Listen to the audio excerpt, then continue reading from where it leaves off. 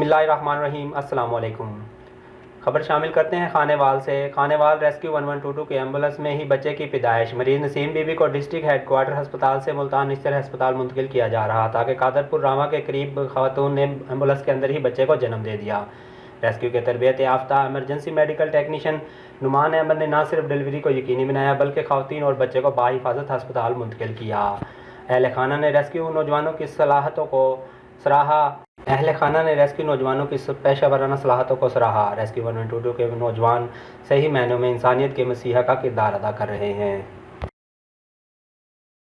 खानेवाल की तहसील कबीरवाला में rescue control room को कॉल मसूल हुई कि पुल बागड़ के करीब एक खातून बेहोश हालत में पड़ी है। रेस्क्यू नौजवान ने बरवक्त बेहोश खातून को इब्तदाई तिब्बी इमदाद के बाद सिविल अस्पताल मुंतकिल कर दिया। खातून से 16,100 रुपये की रकम बरामद हुई, जो रेस्क्यू नौजवानों ने शनाख्ती कार्ड की मदद से वर्षा को तलाश करने के बाद रकम लोहाकीन के हवाले कर दी। लोहाकीन ने रेस्क्यू नौजवानों की ईमानदारी को सराहा। हमेशा की तरह एक बार फिर रेस्क्यू नौजवान ईमानदारी की मिसाल कायम कर दी।